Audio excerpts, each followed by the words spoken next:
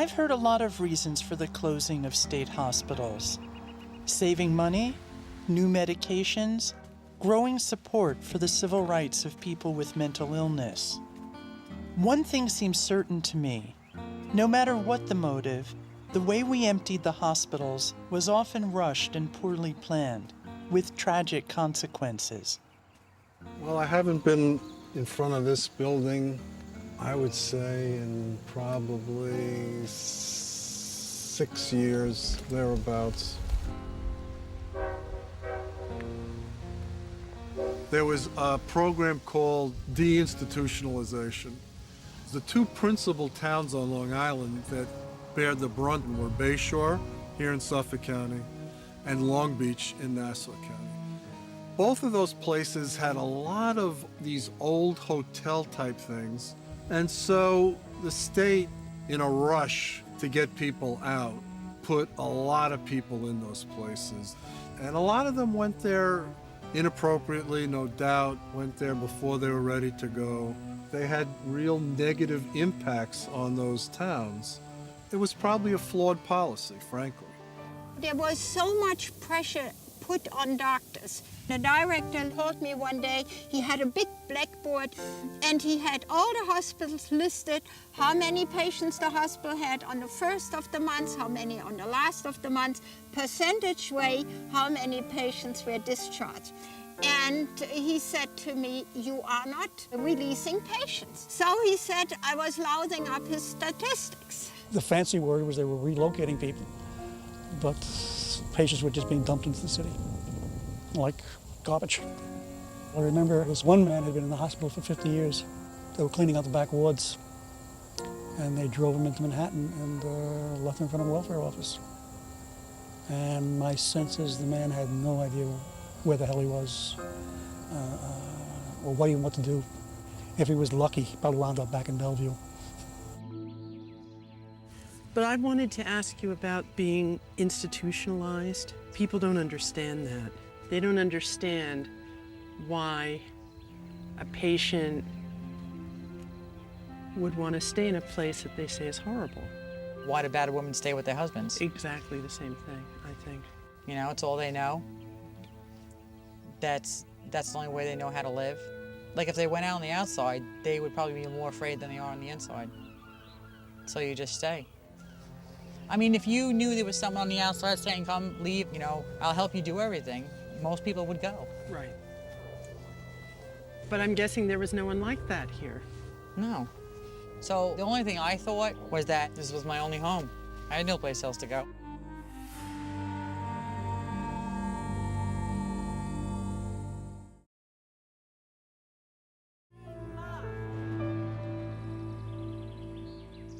Welcome to Clubhouse.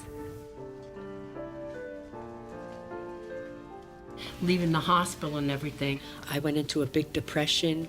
I had the shades pulled down, blankets hanging up. This is clerical. I wanted nothing more to do with people because I didn't feel human after coming out of the hospital at all. This is the computer room where Vince gives the lessons. I remember when I first did my first tour because I wasn't used to people, and they asked me, why don't you try it? Why don't you try it? And it's hard to say no to them, so I said, well, let me give it a shot. And two people came in, a married couple, and I said, I can only do one of you. I couldn't do two at once, but now I do groups of tours. I have so much confidence in myself now. I feel so much more normal that I'm living a normal life now. Clubhouse of Suffolk is a psychiatric rehab where people can come to learn skills and find community. One of the things that touched me was that Clubhouse was originally set up by family members of patients from Kings Park. Okay, this is the kitchen I told you about. And this is Eric. He's cooking the hamburgers for lunch. How you doing? You guys like working here? Yes, we do. How come? It gets me out of myself. I also give back to the place that's given so much to me. This is the serving room in here. In my time when I first got sick in 1970, I was diagnosed as schizophrenic acute paranoia. I was hearing voices, living with them for many years, hallucinating. My world was not real. Then in 1994, because I was learning skills and everything like that, and my symptoms disappeared, I learned how to work out the voices where I don't hear them anymore. I don't hallucinate. And when I have a bad day, I apply my skills and I know how to face up to the hurdle. What do you think allows you to recover to the extent that you have? Not believing that that was going to be the rest of my life. And I had to face up to the fact that I was one crazy lady. When I was able to say, hey, yeah, you know, what the heck did I do? I didn't commit a crime, I just got sick. And I never believed, even in my time, where they would write you off and say they never expected anything of you. I couldn't accept that, I wouldn't accept that. There was always a thread of ultimate hope in me, and that's what got me through it. We are going to have the self-help group now starting at 5 in the big TV room. When people first started coming, you know, they'd say, or when people still first come, you know, you could say, hi, I'm Ellen, and they'd say, hi, I'm a schizophrenic. It's like, wait a minute. Yeah. Would that be Mr. Schizophrenic, or would that be, you know, schizophrenic Aloysius? And we'd, oh no, I'm Tom. Well, that's better, you know, like, because that's who you are. Hands Across Long Island, or HALLY, was actually started by former patients from Kings Park. In fact, the majority of the people who work at HALLY are in recovery themselves. What began as a weekly support group that met in coffee shops is now the largest peer-run organization in New York State. I started to go back to school for my master's, and when I went to my first class, I just sat there the whole day thinking, I'm mentally ill, I don't belong here. And over the years, I've just worked my way out of that, but it really took telling myself that I'm, you know, I deserve to be here. People told me that you were never going to get well, you were never going to be normal, you know, you couldn't hold a decent job, you wouldn't be able to take care of yourself, you know, you're always going to be this way. And then there was times that I hear these tapes going on my head, and what did I do? Cut my wrist. Start cutting. You know, like normal people get angry. Right. If they know you have a mental illness and you get angry, oh, we gotta put you in the hospital, you're dangerous. Mm-hmm. I'll call my mom and say, Mom, I'm having, I think I need to go to the hospital because I think I'm having a problem. And she'll ask me, what's the problem? And I said, well, I'm feeling a lot of anxiety about, you know, having to overcome certain things. And she's like, Joe, everybody does that. Because that's what everybody was taught. If you're not calm, if you're not subdued, then there's a problem with your medication.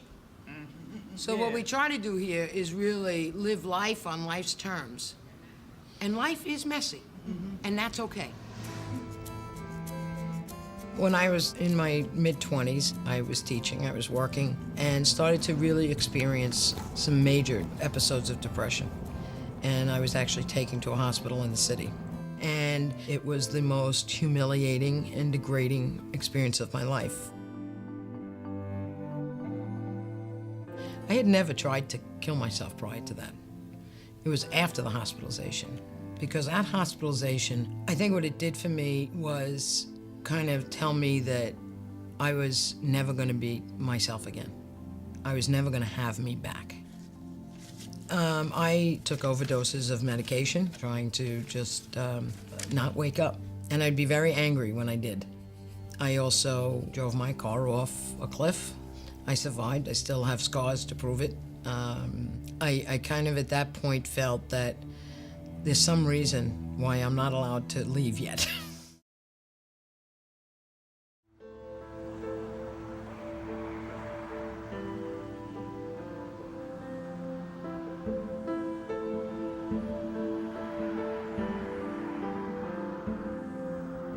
Suffolk County Jail is the largest mental health provider in the county. About 16 to 20% of our 1,700 inmates have been diagnosed as being mentally ill. People get sentenced here that probably shouldn't be sentenced here, but the judges here in the county don't have any other option. But these people need help, and they need services that they can't get in a county jail.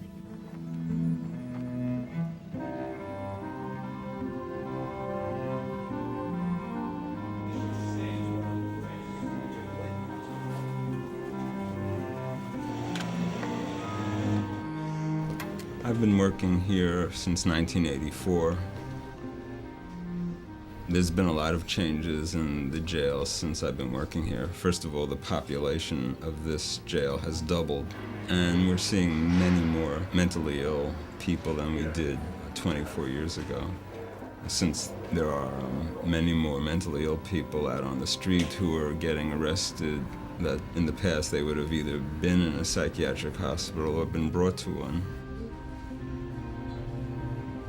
We certainly see a lot of people who have fallen through the various cracks of the system, and when they get here, there's no more cracks to fall through.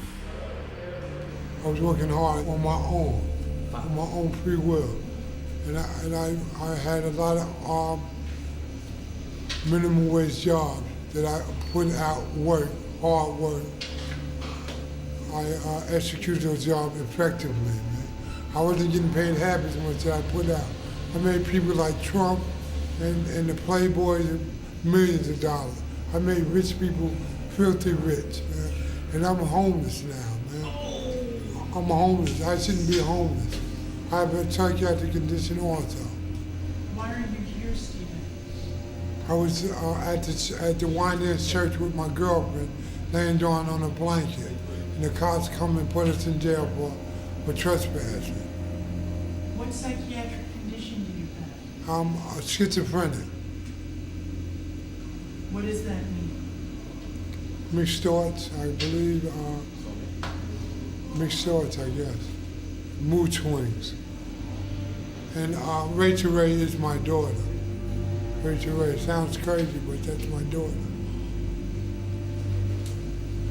I've been in Kings Park. I've been in Pilgrim.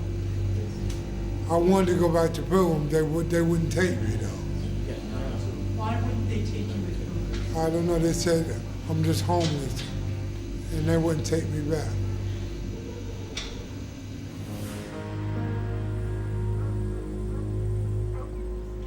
If you ask someone like me who has a very cynical point of view, I will tell you that deinstitutionalization was all about saving money for states. There's no question in my mind. The motivation that politicians used obviously was civil rights and the rights of people to have normal lives. The promise was that all of the money that was going to be saved was going to be put into the community. All that money was going to be pumped in for housing, for treatment. It never happened. And ever since then, the state has been shrinking those dollars, pulling back, pulling back. So a lot of those folks who fell out of treatment or who maybe were pushed out of treatment because they had a concurrent substance abuse problem, they end up in the streets, or they end up in encounters with the criminal justice system, and they end up here. The vast majority are in here for what I call nuisance crimes. If we took away all the guys who were in here for misdemeanor drug charges, disorderly conduct, that sort of thing, a lot of us would be out of work because we'd empty this place out. I used to go to Pilgrim State Hospital. Pilgrim State used to be like a safe haven for me because whenever I realized that I was out of control and I got that moment where I was just distraught and I was out of control, I used to run there. You know, I wanted to commit suicide. I wanted to harm myself. I wanted to hurt somebody. I just wanted to do something that would just like end my life. As a society, we haven't confronted what this has meant to us. I think a big part of that is mental illness carries a stigma.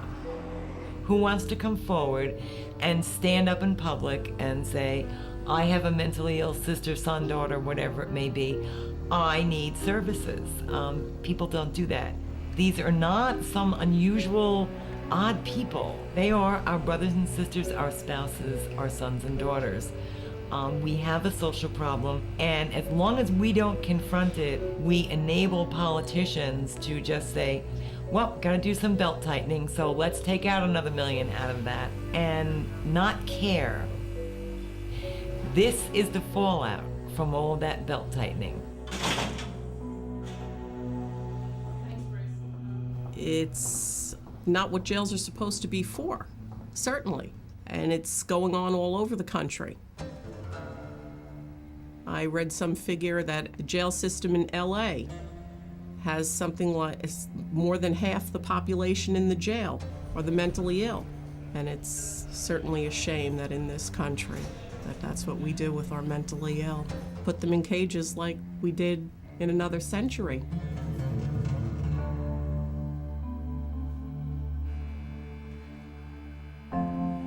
When I was at Kings Park, it was hard to escape the feeling that you were there because you had done something wrong. Today, we've gone one step further, expecting prisons and jails to serve as hospitals.